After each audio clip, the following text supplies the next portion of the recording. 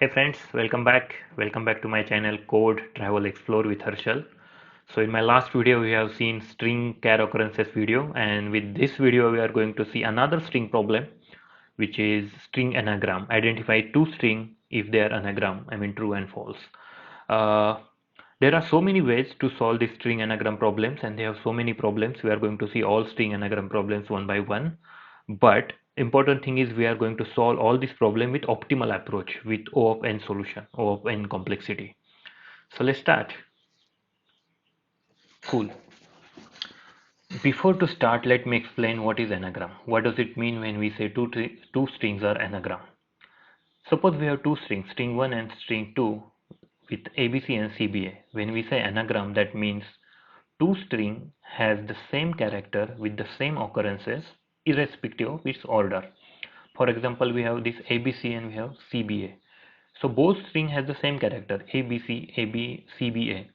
Although their sequence is different, I mean occurrences are same, like A occurs one time, B occurs one time, but its order are different. A first index, here A last index, doesn't matter. As long as both string has the same characters and same occurrences, both strings are anagram. If I will have another B here, definitely it is not anagram. If I will have B and A here, definitely both strings are not anagram because A occur for one time, here A occur two times, right? So it's a simple concept of anagram. Now the important thing is how to solve this problem programmatically, how we define these strings are anagram or not anagram. As I mentioned, there are so many ways, but we are going to solve this problem with the optimal approach. So when we say optimal approach, we are saying the time complexity should be O of n. We are not worried about the space complexity so far. Okay, so let me explain the logic first, then we will go step by step. So we are going to use the alphabet array. What is alphabet array? Alphabet array is nothing but the array which based on the ASCII table. We know each character has its own decimal value in ASCII table. Let me show you the ASCII table. This is the ASCII table. Hope you all know this. And we have this ASCII table 0 to 127, and you can see now all the alphabets. Let's say A to Z has its decimal value 97. For uppercase A to Z, we have this decimal value 65, and all the string which we are going to solve with this problem, let's say anagram, we are saying are belongs to this ASCII table. I mean all the characters belongs to this ASCII table. Let's say A. I will explain you step by step all the logic. So we have to take the alphabet array. Let's say I will take an integer array because we are going to store the decimal. I mean the not we are not going to store the actual character, but we are going to store the value at its decimal. So let's say I will take alphabets array is equal to new int. What is the size of this array? 127. Why 127? Because we know we have the array from 0 to 127 where all the characters map to this ASCII table between 0 to 127. Cool. Now what we are going to do? We are going to read each string character by character. Let me print this array first so you will get a better understanding. Arrays dot toString, and if I will print this array, now you can see cool. Okay, so you can see I just print out this alphabet array which we just took and define all the values initialized to the 0 at first, right? Because we haven't assigned any value to this array. So all these have 0, and what is the length of this array is 127 because we have 127 size of ASCII characters. I mean all string characters. I mean all characters. Now, what is our logic? We are going to read first string char by char, and we are going to increase the value at its decimal place. So let's say with this character, what is the decimal place of A? It's a 97, where we can see the decimal place of A at 97. How to print that? Let me print, let's say int A is equal to A out, and if I print A, you can see 97, right? So this is the way we find the decimal value of particular character. Now let's take a for loop and okay, we have to read this character by character first string. So string one dot to char array. What we are doing here? So we are just reading this first string character by character with this to char array. Now with this variable c we got the first a. Now what we are going to do? We are just using this alphabet array and increment its value at its decimal. So let's say a will belongs, a has the decimal value 97. So this is 0 1 2 3 4 like 97. So 97 will come somewhere here, and now we are going to increment its value, decimal value. So initially it is at 0, and when I see when I write this line of code like alphabets of particular char, so this is integer array and this is the character. When I use increment operator with the character, it will increment its value at its decimal place. For let's say for first a, the decimal value is 97. At 97 currently it's a 0, but after this line it will increment plus 1 plus plus, that means plus 1, that is the value will be somewhere 1. Let's run this, I will show you. Okay, let me print the array again. Now you can see. Cool. Okay, so this was the initial array, this print when we print this array. This is a value we just printed. It's no make sense. Now with this third line, if we read the array, read this string character by character and we increment its value at its decimal place. Now you can see the a has a decimal value 97. That means this value is 97. You can see now ABC. This string has ABC. So it incremented its value 97, 98, 99. So what we did, we just incremented its value at decimal place. Now we are going to read the second string and we are going to update the same array, alphabets array, but this time we are going to decrement the values. That means minus minus. So what will happen? It will decrement the values minus 1. So it already has the value 1 1. If we decrement, it will become 0 0 0. So ultimately at the end, if I will have the alphabet array has all the values 0, then I will say, oh, my string is anagram. But suppose if I have another a here, or let's say another value, another character like let's say f, and second string don't have that f, then what will happen? I will do the decrement for this 3 ABC, but f value will still there as it is. Then my alphabet will not have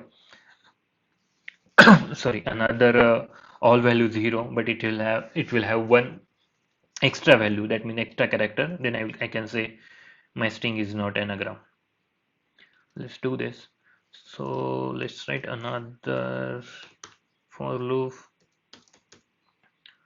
for string 2 dot to char array, and this time what we are going to do, we are going to do minus minus. Yeah, it's that simple logic. Now let's print this array just for your information. I'm going to delete this. Let's run it. Cool. So this was the first array which has all the 0 values. Okay.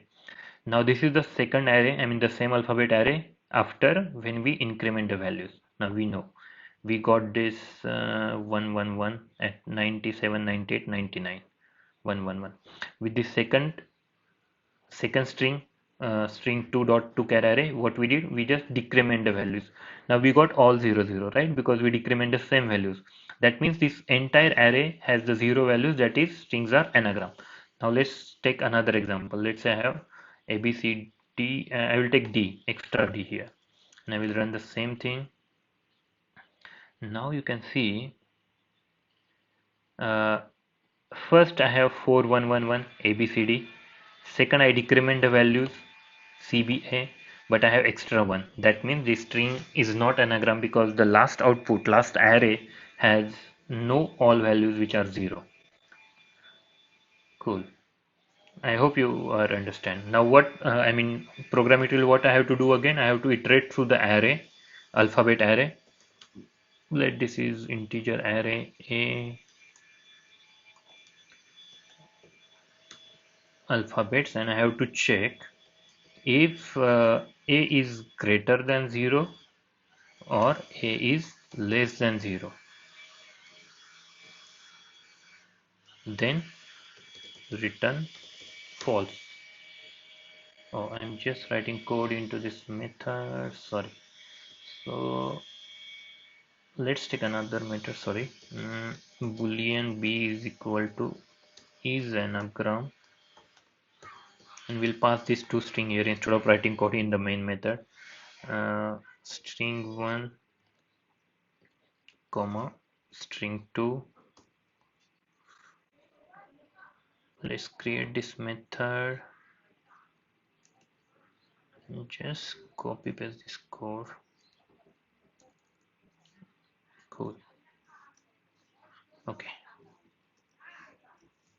and we'll return true here. Okay, what we did, we just refactor the code. I mean, instead of writing in main method, we take another method is anagram, and we pass these two strings, string 1, string 2, and now this will return true or false, as return type is boolean. And what we did, okay, we just iterate to the alphabet array, is A is greater than 0, is less than 0, return false, or else return true. That's simple. Let's print this here just to check B.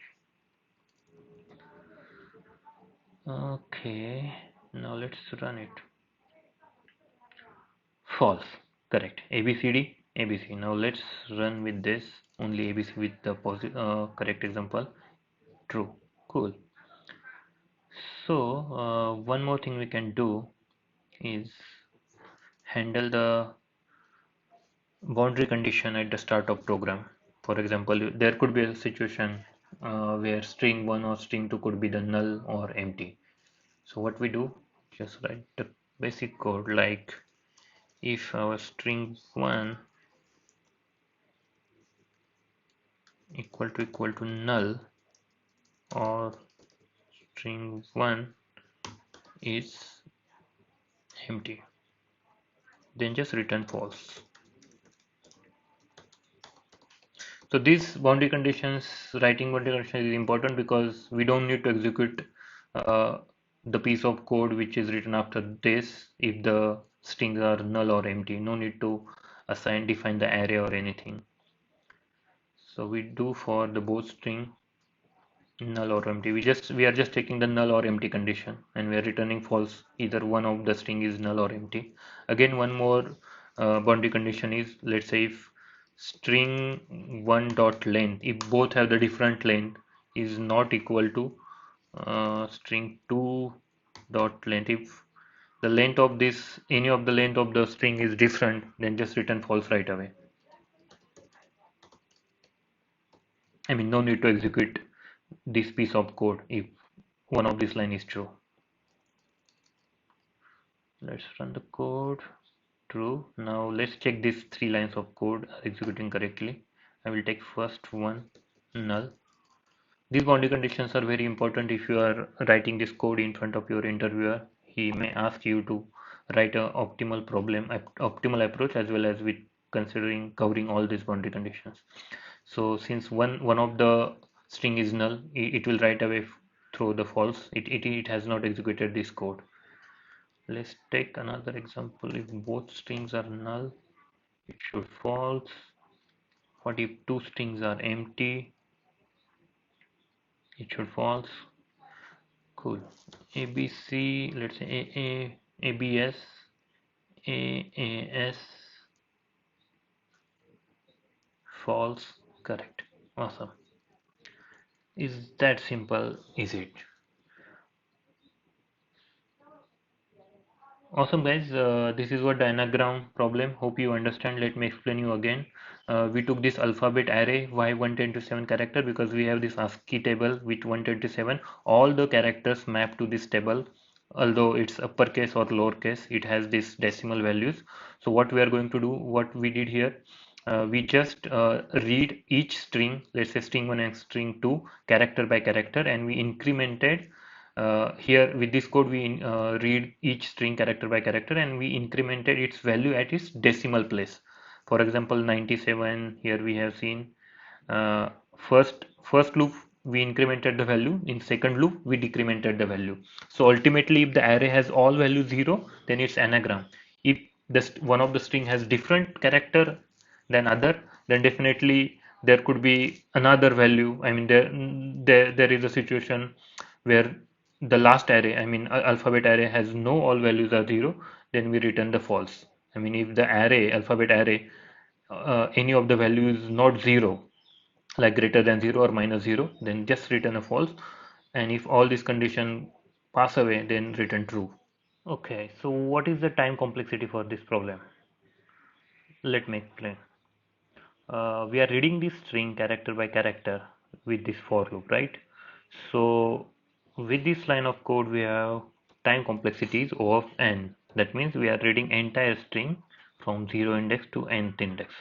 So we are going through entire string. So that's why the complexity is O of n. Another same loop where we decrement the value, complexity remains the same, O of n. Again, we are iterating to the alphabets array. So for this line of code, complexity is O of n. So O of n plus O of n plus O of n. That means total overall complexity of this entire problem is O of n. So this is time complexity, not a space complexity. Okay, thank you guys. Thank you for watching this video. Hope you understand anagram. In next videos, in next couple of videos, I may solve the same anagram issues, but there will be the different problems. If you don't understand anything with this problem, please let me know via comment, or you can reach out me via LinkedIn or anything. Please do subscribe and like my channel so you will get updates of next videos. Thank you guys. Thank you for watching.